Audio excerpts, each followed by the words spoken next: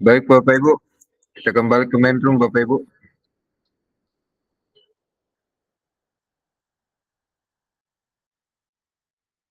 Kita kembali ke main room Ibu-Ibu.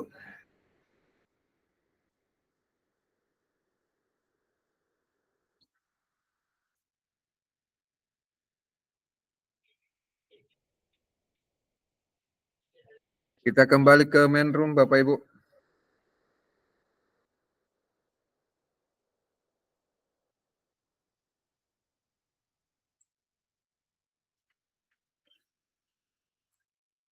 Kita kembali ke main room Bapak Ibu.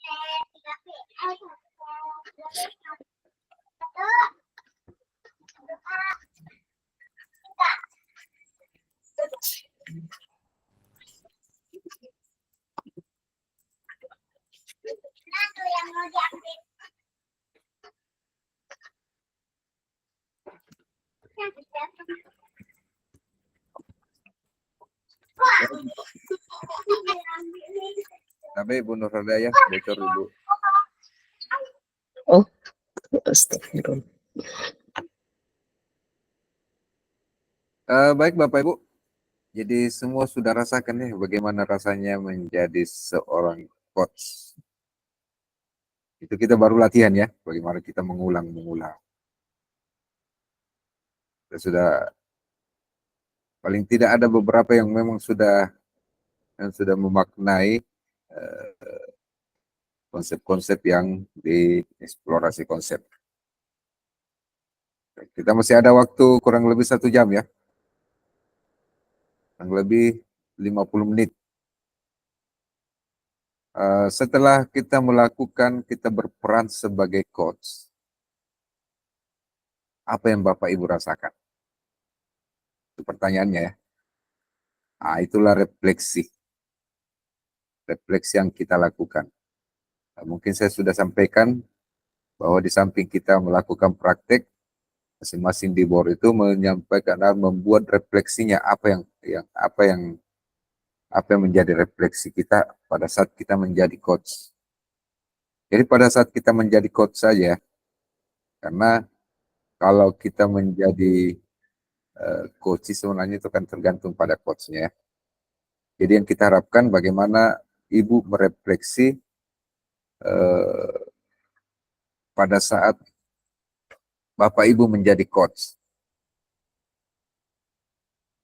Jadi apa yang perlu diperbaiki, seperti apa kondisi Bapak Ibu,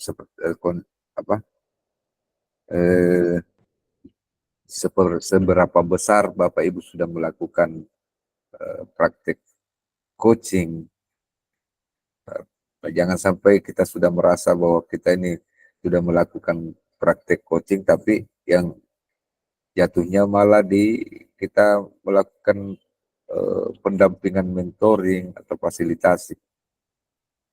Nah, itu ya. Jadi untuk meyakinkan kita bahwa kita sudah melakukan betul-betul melakukan praktek coaching, itulah tadi refleksi. Apa yang kita sudah buat. Karena ada lembar refleksinya ya. Dalam lembar refleksi yang kita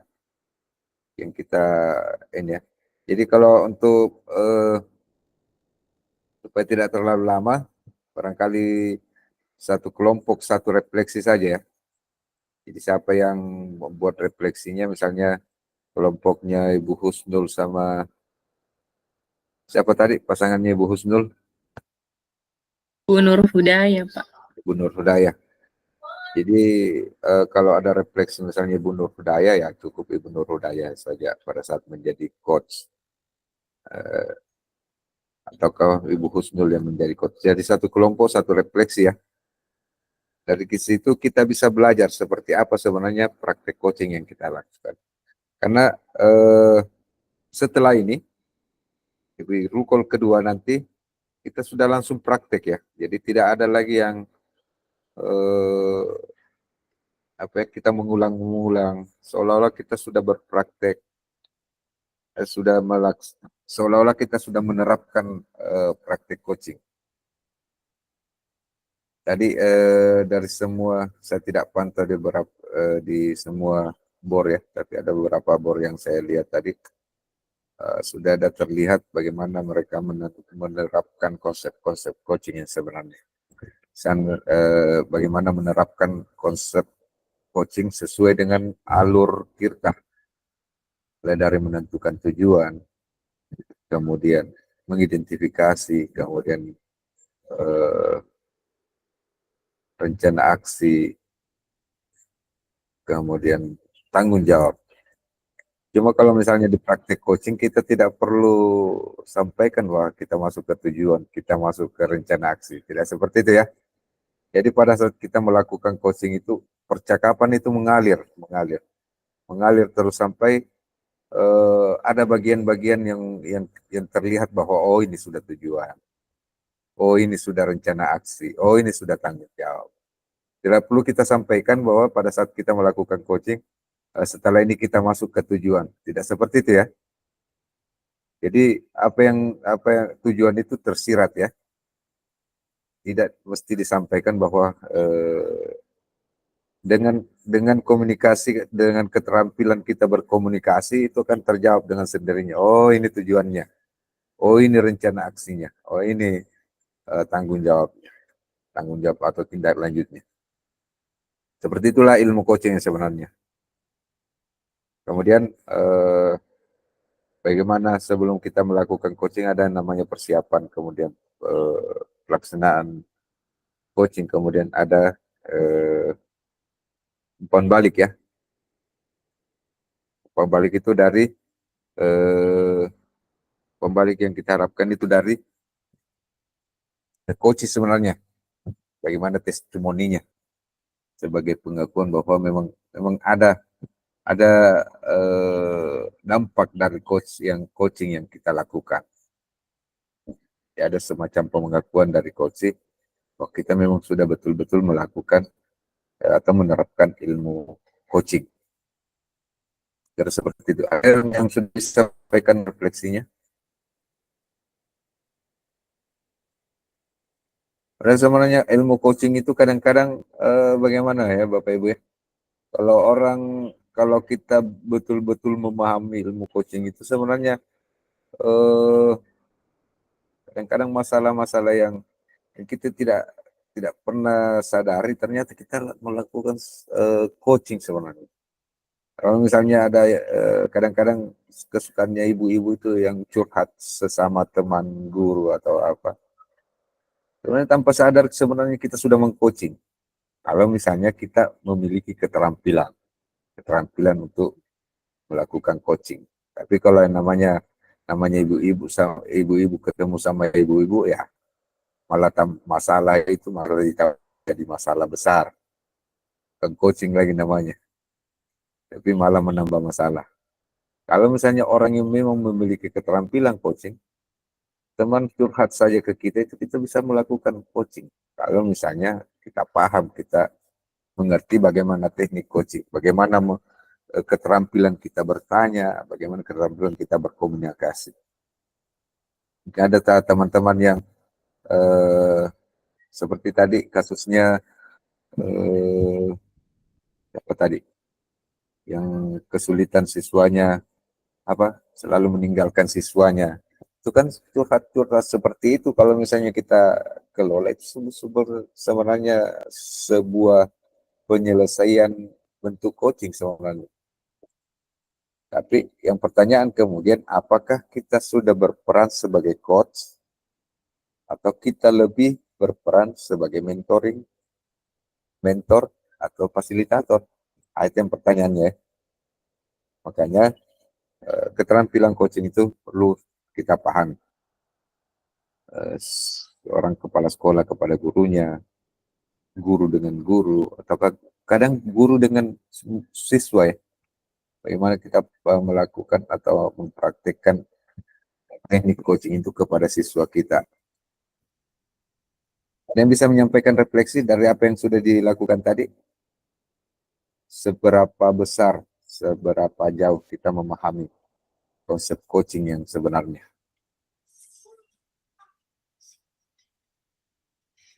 Silakan Pak Sutami. Assalamualaikum warahmatullahi wabarakatuh. Waalaikumsalam warahmatullahi wabarakatuh. Ya, untuk refleksi ini sih ada beberapa catatan yang bisa kami temukan. Misalnya yang pertama, apa yang sudah berjalan baik di sini. Ya, kalau saya sih yang berjalan baik di sini yaitu sudah terjadinya komunikasi dua arah sebenarnya.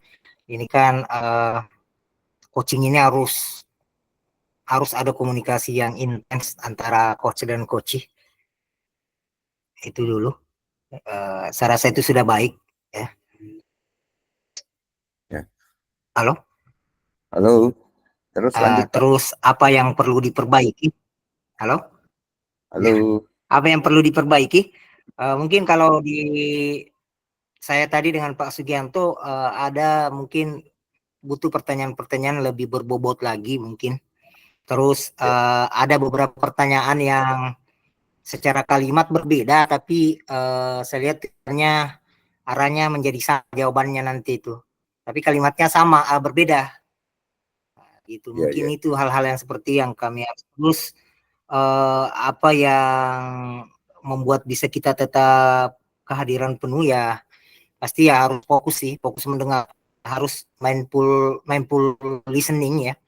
Memang susah sih kalau di komunikasi seperti itu kita kehilangan 1-2 detik fokus saja itu kita sudah kehilangan apa ya? Apa sih itu ikatan personalnya sudah ada yang hilang gitu. Nah terus untuk memperbaiki tetap ya chemistry betul. Ada kehilangan chemistry. Begitu Anda tidak fokus 2 detik saja, saya lihat chemistry-nya akan hilang. Nah terus untuk memperbaiki itu ya itu tadi kita sudah tidak boleh ke arah kayak berasumsi atau menilai pribadi yang coach kita, terus tidak ya seperti yang membuat Anda jangan fokus itu seperti fungsi asosiasi dan yang lain. Sekira itu sih Pak kalau dari saya Pak. Assalamualaikum warahmatullahi wabarakatuh. Terima kasih Pak Sutan. Jadi intinya bahwa mindfulness listening, mendengarkan dengan penuh ya, mendengarkan penuh perhatian maksudnya, menyimak semua apa yang disampaikan. Karena betul apa yang disampaikan oleh Pak Sutami bahwa harus terjadi dua arah komunikasi dua arah, antara coach dengan coachee. Nah, cuma di sini keterampilan berkomunikasi ini diperlukan seorang coach karena kadang-kadang apa yang disampaikan oleh coach oleh coachee serta merta dibuat lagi pertanyaan oleh seorang coach yang memang memiliki keterampilan. Dengan kata lain bahwa kita membuat pertanyaan berdasarkan apa yang disampaikan oleh seorang coach, sehingga pertanyaan-pertanyaan seperti ini yang bisa mengeksplorasi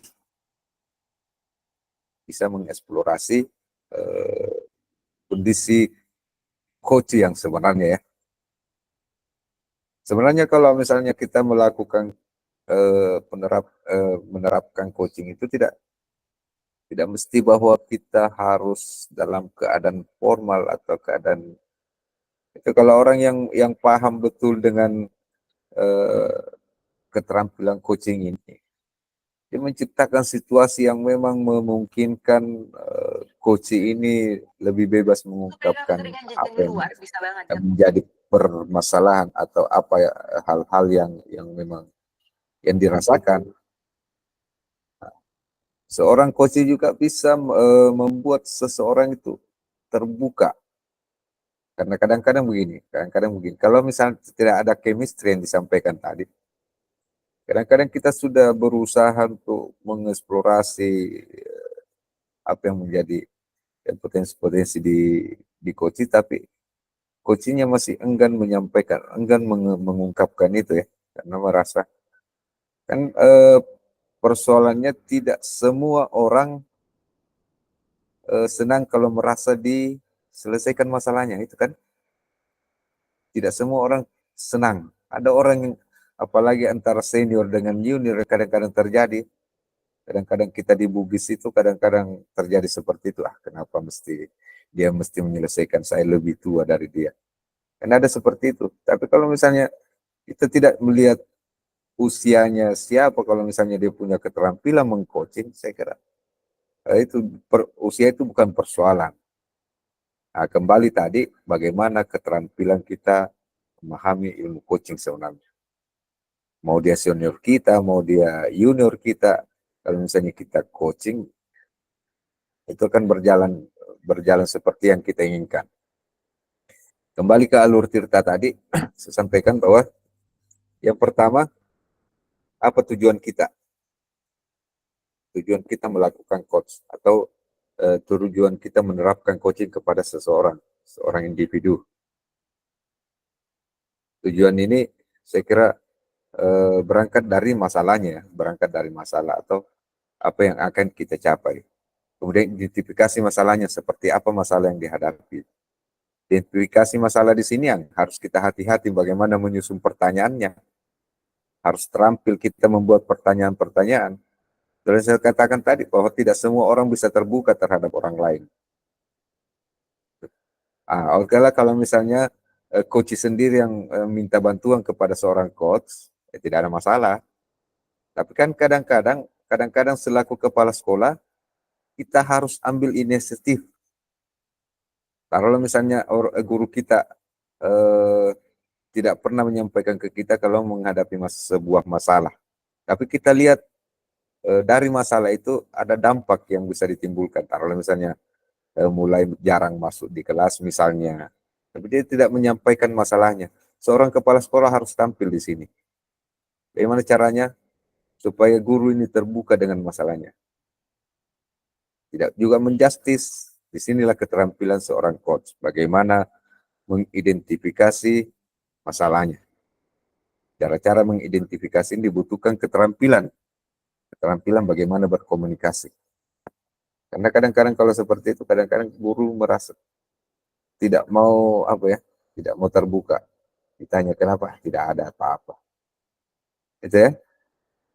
Apalagi kalau misalnya itu saya sampaikan tadi bahwa antara senior dengan junior, kalau merasa yang ingin eh, melakukan coaching itu dalam posisinya sebagai juniornya, itu tidak mudah ya. Dan kepala sekolah harus dituntut seperti itu. Karena sudah membawa dampak yang buruk terhadap perilaku si guru kalau misalnya dia guru. Nah, ada juga yang memang meminta seorang coach, saya perlu bimbingan. Saya perlu bimbingan, dia sendiri menawarkan supaya dibimbing atau misalnya dilakukan coach. Nah, itu lebih mudah lagi, lebih mudah dalam melakukan coach. Yang justru yang bermasalah tadi saya sampaikan kalau misalnya seorang coach yang berinisiatif menyelesaikan sebuah masalah di coaching. Seperti contohnya tadi seorang kepala sekolah yang melihat gurunya mulai masuk untuk mengidentifikasi apa masalahnya, ini sebenarnya di sini sulitnya. Kadang tidak mau terbuka, tidak ada keterbukaan. Seorang coach yang terampil ya, dia bisa menggali sejauh mana masalah yang dihadapi. Karena seperti itu ya. Cuma saya katakan tadi, melakukan teknik coaching atau penerapan coaching itu tidak mesti bahwa dalam situasi formal ya. Kalau kita punya keterampilan melakukan coaching, bisa dengan apa ya, di luar dari keadaan yang formal. Seperti saya katakan tadi, curhat-curhat dengan teman-teman guru. Kalau misalnya orang yang memiliki ilmu coaching itu, curhatan guru ini dianggap diselesaikan dengan melalui itu tadi, melalui teknik coaching. Nah, yang pokok di sini harus kita paham bagaimana memposisikan diri sebagai seorang coach. Tadi intinya harus menjadi pendengar.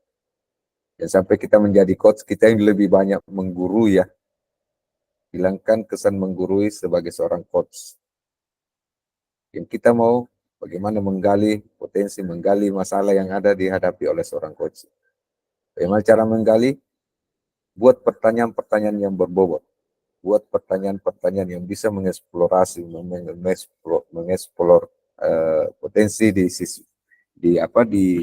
coaching, bisa mengungkapkan apa masalah yang sebenarnya. Seperti itu ya. Ada lagi yang ingin menyampaikan? Masih ada yang tertinggal tadi ya. Ada yang tertinggal tadi dari refleksi. Ada umpan balik di sana. Ada umpan balik dari coaching sebagai sebuah pengakuan, sebagai sebuah testimoni. Jangan sampai kita selesai apa umpan baliknya, karena kita berangkat dari pertanyaan itu ya. Kita berangkat dari pertanyaan apa yang Anda rasakan setelah berkomunikasi. Jadi kita jangan mengatakan setelah melakukan coaching dengan saya, apa yang Bapak dan Ibu, apa yang Bapak atau Ibu rasakan setelah kita berkomunikasi seperti ini, atau setelah kita berbincang seperti ini. Otomatis itulah pengakuan, itulah umpan balik yang diberikan oleh seorang coaching. Nah, disitulah kita bisa melihat, oh ternyata saya bisa menerapkan, kalau misalnya ada ungkapan terima kasih, ada ungkapan kepuasan dari seorang coaching, itulah testimoni bahwa kita sudah menerapkan ilmu coaching. Kemudian Ibu Andi Risma, silakan Ibu Andi Risma, kalau ada refleksinya. Ya, terima kasih banyak Pak atas kesempatan yang diberikan. Assalamualaikum warahmatullahi wabarakatuh. Waalaikumsalam warahmatullahi wabarakatuh. Jadi berdasarkan dari latihan kami tadi, alhamdulillah dari refleksi diri tadi hampir sama dengan Pak Sutami. Yang pertama, yang sudah berjalan dengan baik dalam percakapan itu sudah mampu melakukan percakapan dua arah dengan baik antara coach dengan coachee. Kemudian langkah-langkah coachingnya sudah memenuhi langkah-langkah Tirta. Kemudian yang kedua yang perlu diperbaiki atau ditingkatkan ini adalah ada beberapa kalimat tadi yang saya anggap belum baku atau mungkin dianggap belum berbobot, sehingga ini yang mesti diperbaiki sehingga lebih berkesan bersifat baku tetapi terkesan santai. Kemudian untuk tetap dalam kondisi kehadiran penuh sebelum coaching ini, seharusnya coaching itu melakukan bagaimana dia mindfulness, berarti dia ketika dia sudah menerapkan kesadaran penuh, berarti dia mampu memberikan kehadiran penuh pada saat coaching sehingga mampu memperhatikan atau memberikan perhatian terhadap coachingnya. Kemudian yang saya lakukan untuk memperbaiki tadi itu adalah meminta saran dari teman apa yang mesti diperbaiki, kemudian melakukan latihan berulang. Umpan balik dari coach yang tadi, yang kebetulan untuk ini tadi ada saya adalah coachnya, kemudian Ibu Hasna adalah coachnya. Jadi di sini tadi di pertanyaan terakhir sempat saya tanyakan bagaimana perasaannya Ibu setelah kita melakukan percakapan ini, dan alhamdulillah Ibu Hasna merasa senang dan mengungkapkan ucapan terima kasih karena dia sudah mampu mengeluarkan perasaannya dan mendapatkan solusi dari permasalahannya. Demikian Pak, Assalamualaikum warahmatullahi wabarakatuh. Waalaikumsalam warahmatullahi wabarakatuh. Jadi jelas ya Bapak Ibu, setelah kita praktek, jelas sekali di mana peran kita. Apakah kita berperan sebagai coach atau kita berperan sebagai mentor, tergantung dari bagaimana kita menerapkan itu tadi, bagaimana komunikasi yang berjalan, bagaimana komunikasi kita. Kadang-kadang kita lupa bahwa kita seorang coach, malah kita memberikan alternatif penyelesaian. Itu ya. Pada seorang coach, dia tidak boleh memberikan solusi seperti itu. Seorang coach cuma mengarahkan dengan berbagai bentuk pertanyaan-pertanyaan yang berbobot itu tadi, sehingga coach menemukan sendiri solusi atas persoalan yang sedang dihadapinya. Jadi tergantung dari keterampilan berkomunikasi. Kalau misalnya seperti tadi, komunikasi yang memang mengarah kepada bagaimana mengeksplorasi kemampuan potensi seorang coach, misalnya pertanyaan sampai saat ini, kalau sejauh ini apa yang Bapak Ibu sudah laksanakan untuk menangani ini. Nah, itu kan berusaha memancing coach untuk menyampaikan, oh saya sudah berbuat. Kadang-kadang kan coach itu lupa apa yang selama ini dia buat tuh ini ya. Tapi kita sekedar mengingatkan kira-kira sejauh ini apa yang sudah dilakukan. Nah, itu salah satu termasuk pertanyaan yang mengeksplorasi, pertanyaan berbobot. Hindari pertanyaan yang menjustis. Hindari pertanyaan atau komunikasi yang menggurui. Gitu ya. Seorang coach tidak boleh terkesan menggurui. Nah,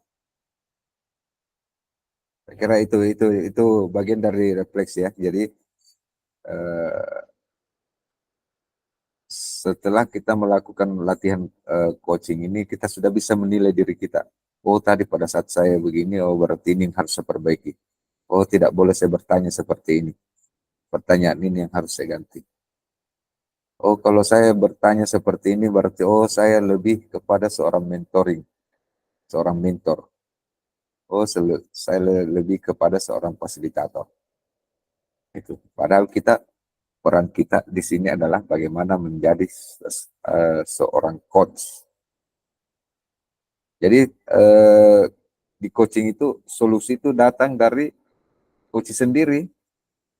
Tapi bagaimana coach menemukan solusinya, itu tergantung coachnya, keterampilannya coach untuk bagaimana menjalin komunikasi sampai seperti yang disampaikan oleh Pak Sutami tadi, menjalin komunikasi dua arah itu tadi. Apa yang disampaikan oleh coach, kemudian kita buat lagi pertanyaan, kira-kira pertanyaan-pertanyaan apa yang bisa membuat hindari ada ketersinggungan, situ kasarnya ya. Hindari ada ketersinggungan dengan coach. Jangan sampai kita bermaksud untuk melakukan penerapan coaching, malah coach itu tersinggung atau merasa tidak enak. Nah, itu juga harus. Kenapa sampai begitu penting ilmu coaching ini harus kita kuasai, karena itu yang kita hindari ya. Yang sampai kita berusaha menyelesaikan sebuah persoalan atau masalah, malah timbul masalah yang baru, yang mungkin lebih besar lagi. Seorang kepala sekolah kalau tidak mampu melakukan coaching, itu yang bahaya.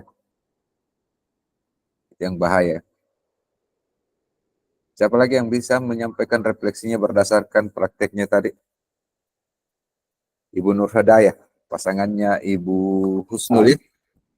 Ini yang banyak saya pantau tadi. Malah Ibu Husnul itu ketawa-ketawa terus. Merasa malu-malu sendiri barangkali. Assalamualaikum, Silakan, Bu terima Nurul. kasih banyak kesempatannya Pak. Yang pertama, apa yang sudah berjalan dengan baik selama dalam percakapan? Ada beberapa hal yang jadi catatan saya. Yang pertama, selama dalam percakapan saya sudah berusaha untuk membangun keakraban dengan Koci ini supaya si Koci merasa lebih rileks lagi menceritakan masalahnya. Mungkin dengan memanggil nama-nama apa istilahnya, nama-nama kesayangan kah atau nama-nama kecilnya. Saya tidak memanggil dengan nama panjangnya, Husnul Khotimah ke sini, tidak. Saya memanggilnya dengan oh bagaimana ibunya ini, supaya merasa lebih akrab, membangun chemistry itu. Terus yang kedua, saya juga sudah menjaga kehadiran penuh saya selama sesi coaching, mendengarkan dengan aktif sambil mencatat keyword ini yang dari coaching. Saya yang perlu ditingkatkan Pak, ini adalah keterampilan memberikan pertanyaan yang berbobot, yang mampu menstimulus proses kreatif dari si Koci ini. Ini yang mungkin perlu saya tingkatkan, Pak. Yang ketiga, untuk tetap menjaga presence saya berusaha fokus ke masalah Koci dengan mencatat, menyediakan buku catatan, ini keynote, mencatat penuh apa-apa yang menjadi kata-kata kunci dari Koci tadi. Yang keempat, untuk meningkatkan keterampilan bertanya tadi ini dengan pertanyaan berbobot, rencana saya akan belajar lagi menyampaikan pertanyaan berbobot dengan mempelajari ulang lebih mendalam materi yang ada di modul 23, menonton kembali video-videonya dan berlatih lagi Pak. Mungkin dengan audio atau merekam sendiri, saya dengar sendiri suara saya. Terus umpan balik dari Ibu Husnul ini, saya merasakan pikiran saya terbuka, dikirim lewat WA. Ibu Husnul tadi menyatakan saya merasakan pikiran saya terbuka untuk mencari solusi dari masalah saya dengan diberikan pertanyaan pemandu dari coach. Ibu Nur Hudaya sudah menerapkan prinsip coaching yang dengan baik, mampu membuat saya untuk mencari solusi dari masalah yang saya hadapi.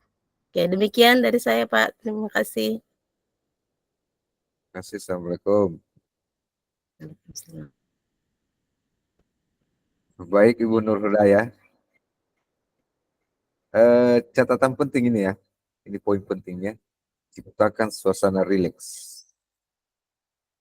Karena kapan tidak rileks, untuk menciptakan suasana rileks itu tergantung dari keterampilan seorang coach. Bagaimana menciptakan. Makanya di awal saya sudah sampaikan akan berbeda kalau misalnya seorang coach datang sendiri kepada kita, meminta bantuan kita, dibanding kalau misalnya kita harus mengcoach orang yang memang tidak merasa tidak butuh di coach ya. Padahal sebenarnya dia harus di coaching. Kadang-kadang kan seperti itu ya. Kadang seperti itu. Makanya di sini saya sampaikan tadi, kadang-kadang seorang kepala sekolah harus jeli melihat ada apa dengan gurunya misalnya. Oh ini guru saya sudah seharusnya harus di coaching, harus ditahu apa masalahnya. Karena dampaknya misalnya mulai jarang misalnya masuk ke sekolah, jarang masuk di kelas. Kalau misalnya kita kalau misalnya menunggu dia untuk di coaching, mungkin tidak akan pernah itu ya, tidak akan terjadi seperti itu. Makanya kepala sekolah yang harus berinisiatif. Disinilah keterampilannya kepala sekolah. Mungkin ada bahasa-bahasa yang kira-kira tiba-tiba guru tersebut misalnya merasa tersentuh, kemudian menyampaikan ada masalah saya seperti ini. Nah itu. Kalau misalnya seorang guru yang misalnya mendatangi seorang coach untuk meminta pendapat atau meminta pertimbangan ya, mungkin itu lebih ringan. Tugas kepala sekolah harus begitu, harus jeli melihat semua keadaan gurunya setiap hari. Jangan sampai gurunya sudah berkubang dengan masalah besar, tapi seorang kepala sekolah tidak tahu. Ya, kadang seperti itu ya, sudah masalah besar di dalam sekolahnya, tapi kepala sekolah tidak tahu. Makanya di situ untuk melakukan coach sebenarnya harus hati-hati. Ciptakan suasana rileks itu poin pentingnya. Bagaimana kita bisa melakukan menerapkan coaching terhadap seseorang kalau misalnya seseorang itu tidak dalam keadaan yang rileks. Untuk menciptakan keadaan rileks seperti itu tergantung dari keterampilan coachingnya. Kira seperti itu ya, Ibu ya. Kemudian masih ada dari kelompok lain yang ingin menyampaikan refleksi. Jadi ingat, untuk tugas kita selanjutnya di ruang kolaborasi kedua, harus itu ya, di samping kita praktek, jadi di samping kita nanti praktek melakukan praktek coaching, sama seperti tadi ya, dua peran yang harus kita lakoni sebagai coach dan sebagai coaching di ruang kolaborasi. Jadi nanti teman-teman yang lain akan menyaksikan kita melakukan praktek coaching. Jadi hindari seperti Bu Husnul tadi banyak ketawanya tadi, dianggap itu tadi masih latihan ya Bu Husnul ya. Jadi kalau sudah di ruang besar nanti, di ruang kolaborasi nanti harus memang serius. Perlihatkan kalau memang kita seorang coach yang baik. Nah itu.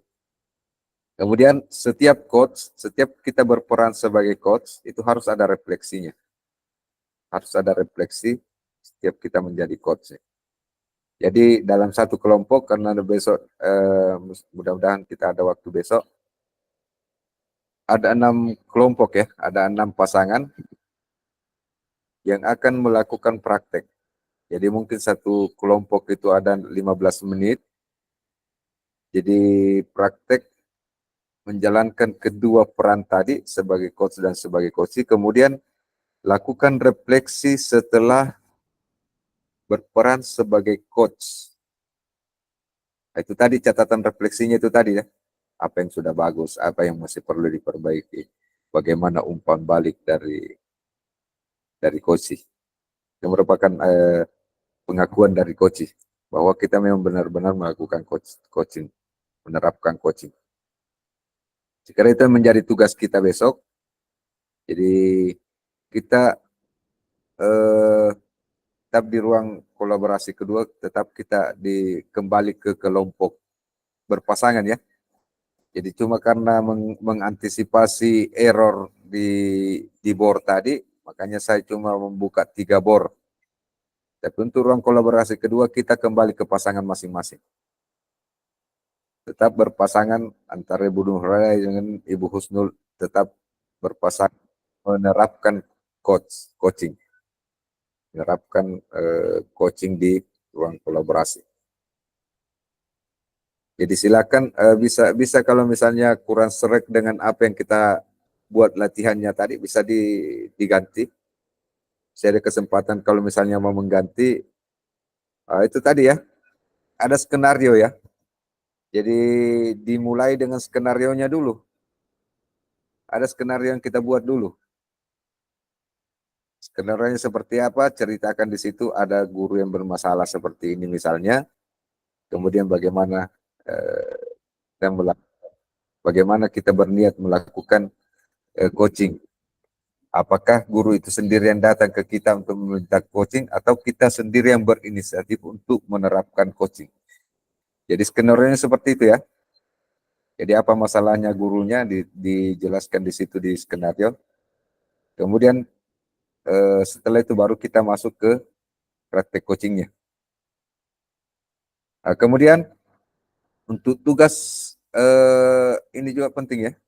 Untuk kita unggah tugas nanti, unggah tugas ruang kolaborasi nanti. Jadi link nanti dibagikan di ruang kolaborasi kedua. Linknya nanti dibagikan, silakan nanti diedit sesuai dengan perannya sebagai coach pada saat silakan dilihat di situ apakah misalnya pas final misalnya saya di menit kesekian, di menit ke 30 misalnya saya berperan sebagai coach di cut yang lain, ambil 30 sampai selesai proses coachnya, sampai berganti dengan peran coach. Jadi yang diambil adalah pada saat berperan sebagai coach. Nah, itu tugas kita untuk unggah tugas ya, untuk unggah tugas ruang kolaborasi. Tapi yang kita perlu persiapkan sekarang adalah bagaimana mempersiapkan pertemuan untuk besok. Kalau besok itu kita harus betul-betul memperagakan bagaimana teknik melakukan coaching dengan betul. Seolah-olah kita menghadapi memang di sekolah kita ya. Betul-betul kita terapkan sesuai dengan teknik atau ilmu coaching yang sebenarnya. Kalau saat ini kita masih mengulang-ulang, kalimat-kalimatnya yang salah diulang lagi, ya itu masih wajar ya. Makanya sesi ini memang kita latihan. Kita diberikan waktu yang panjang untuk melakukan latihan. Latihan untuk mengulang-ulang di mana baiknya, di mana yang harus dihilangkan. Nah, kalau di ruang kolaborasi kedua kita sudah betul-betul sekali kita melakukan praktek langsung terekam, itulah yang nanti menjadi tugas kita untuk kita unggah dan akan dinilai. Masih ada yang ingin menyampaikan refleksinya sesuai dengan pengalamannya tadi pada saat latihan?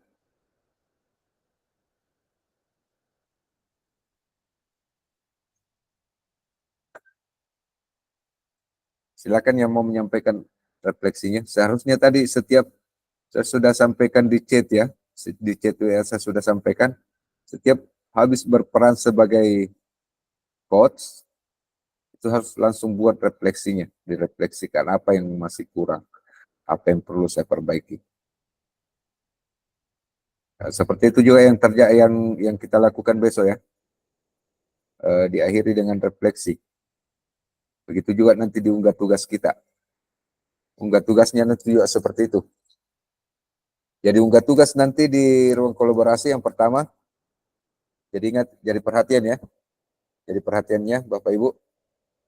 Yang pertama skenarionya, ingat skenarionya seperti apa. Kemudian praktek coachingnya berdasarkan alur Tirta. Kemudian terakhir refleksinya. Untuk prakteknya diambil atau di-cut yang bagian pada saat kita menjadi coach. Karena ada dua peran nanti ya, kita menjadi coach dengan coaching. Yang kita ambil adalah pada saat kita berperan sebagai coach. Itu yang kita ambil, kemudian kita diunggah tugas ruang kolaborasi. Bisa juga kalau misalnya untuk kelompok, bisa untuk berdua. Bisa kalau tugasnya untuk berdua ya. Tapi kalau misalnya untuk demonstrasi kontekstual, itu juga yang bisa kita ambil nanti. Demonstrasi kontekstualnya nanti, bagaimana praktek coaching yang kita laksanakan. Jadi nanti saya setelah ada di drive, nanti saya kirimkan melalui ketua kelas, silakan diambil, kemudian kita edit ya, berdasarkan di mana saat kita berperan sebagai coach. Segera seperti itu ya, Bapak Ibu ya. Atau masih ada hal yang perlu kita diskusikan? Kayak sudah lowbat ya. Kita sudah bersama ini selama berapa jam ini? Sudah hampir 3 jam. Sudah hampir kita 3 jam kita di room ini. Terakhir barangkali saya berterima kasih ke para petang yang sudah bersama kita. Pak Idris yang bersama ini. Iya, siapa? Terima kasih. Terima kasih sudah meluangkan waktunya untuk sama-sama kita. Tidak mudah kita luangkan waktu seperti ini, Pak Idris. Pak Rapetan. Siapa? Saya tahu banyak kesibukan, tapi beliau masih menyempatkan untuk bersama kita pada malam hari ini. Terima kasih sekali lagi Pak Idris, Pak Rapetan. Terima kasih juga Pak. Ya. Terima kasih juga teman-teman CGP, Pak Sutamirau, Bung Mariati. Terima kasih semuanya Siapa? sudah kita bersama-sama pada malam hari ini. Dan saya mohon maaf kalau misalnya karena sesuatu hal sampai tertunda. Seharusnya tadi kita sudah selesai jam 6 sore ya. Tapi karena inilah hal-hal yang di luar dari dugaan kita ya Bapak Ibu ya. Kita senantiasa berdoa mudah-mudahan kita diberikan kesehatan, kesempatan untuk selalu bersama-sama di akhir kegiatan kita, dan kita terus berdoa juga mudah-mudahan ruang kolaborasi kedua bisa berjalan sesuai yang kita inginkan. Sekali lagi terima kasih atas kehadirannya Bapak Ibu. Mudah-mudahan pertemuan kita pada hari ini bisa menguatkan kita, menjadi acuan kita, menjadi pedoman kita bagaimana menjadi seorang coach yang baik, coach yang handal. Terima kasih. Assalamualaikum warahmatullahi wabarakatuh. Waalaikumsalam warahmatullahi wabarakatuh. Silakan dibuka dulu kameranya. Silakan buka Jadi dulu Pak kameranya. besok masuk jam berapa? Kenapa Pak Zainal? Jadi besok jadwalnya jam berapa Pak? Kita kembali ke jam 3 ya. Oke Pak. Di jadwal kita. Saya tidak mau kalau kasihan ibu-ibu. Kalau Bukan ganggu semua. jam. Kalau bapak-bapak ya kadang-kadang kalau seperti saya ya banyak main dominya kalau habis maghrib, habis isya ya banyak main dominya. Tapi kalau ibu-ibu itu kasihan. Jadi kita tetap di jadwal kita jam 3 ya Bapak Ibu ya. Kapan-kapan ke baru Pak Mendomino. Insya Allah. Tunggu saya Pak. Nanti kita buat jadwalnya. Siap Pak. Iya Pak, Ya, siap menunggu Pak. siap berkoordinasi sama Pak Zainal. Harusnya tidak tahu main domino Sampaikan Pak. nanti. Pordi baru menunggu Pak. Siap mulai Pordi menunggu menjamur. Pak. Oke. Menunggu. Kalau saya main domino ya yang perorangan. Oh, iya. Tidak sanggup kalau yang pasangan. Oke Bapak Ibu, silakan dibuka kameranya, kita foto bersama. Akan nih Pak. Kayak cantik. Apa kodenya yang bagus? Apa simbolnya? 10. Coba yang perempuan itu. 10 bagaimana 10? Oh ya 10. Bagaimana? Hilang Pak, hilang. Ini ya? Hilang Pak, hilang. Oh silang ini. Iya. Ya. Siapa yang mau rekam?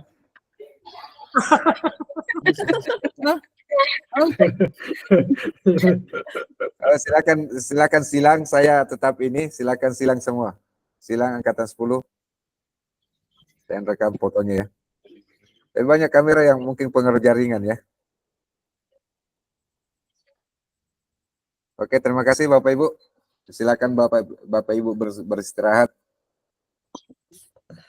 Terima kasih juga Pak. Assalamualaikum warahmatullahi warahmatullahi Terima kasih banyak Pak. Assalamualaikum Assalamualaikum Bapak Ibu sehat semua. Assalamualaikum Warahmatullahi wabarakatuh. Assalamualaikum warahmatullahi wabarakatuh. Waalaikumsalam warahmatullahi wabarakatuh. Terima kasih Pak. Ditunggu Makasih, di Bu. baru. Assalamualaikum warahmatullahi wabarakatuh. Insya Allah nanti dikabari Bu. Siap Pak. Oke, Assalamualaikum Pak. Assalamualaikum warahmatullahi wabarakatuh.